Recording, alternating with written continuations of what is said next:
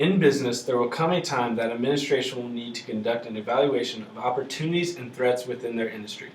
The Porter's Five Forces model breaks down the 5 separate forces that can influence competition within an industry.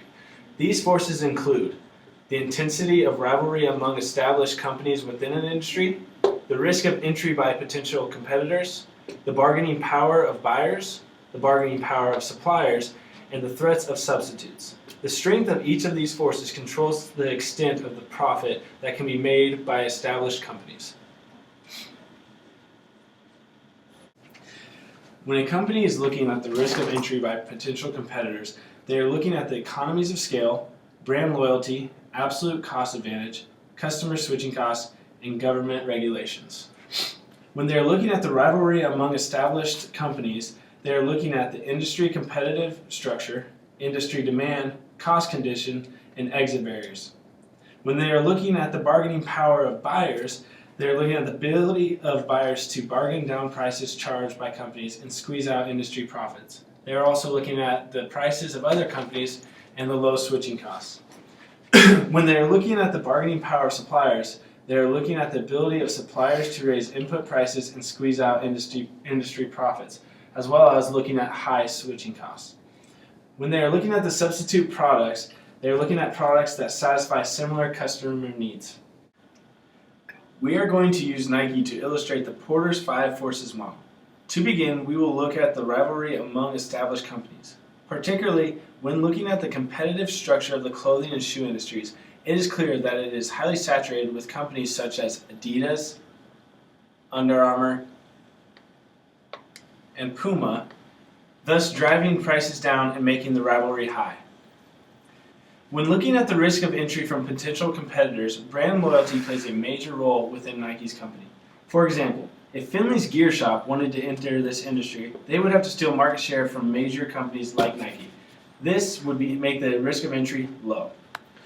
Bargaining power of buyers is high because the buyer has the ability to compare prices to other companies, giving them the ability to negotiate deals.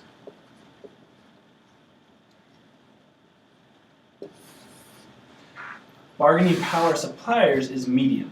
The reason for this is because it is hard for the supplier to enter the industry, thus making less of a threat. However, switching costs can be high due to the fact that many shoes and clothes are customized, making it difficult to switch suppliers.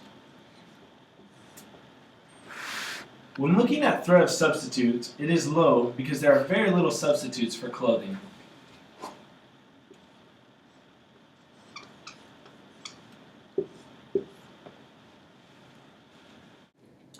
Once all of the forces have been evaluated and ranked, one can establish the competitiveness of the industry and address threats appropriately.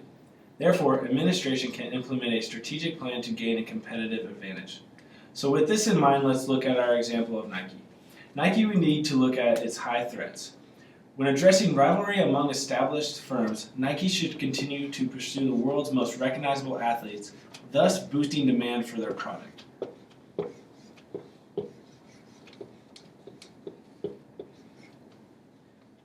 In addition, when looking at bargaining power of buyers, Nike could look to outsource a higher percentage of their manufacturing to increase cost savings that can be passed down to customers.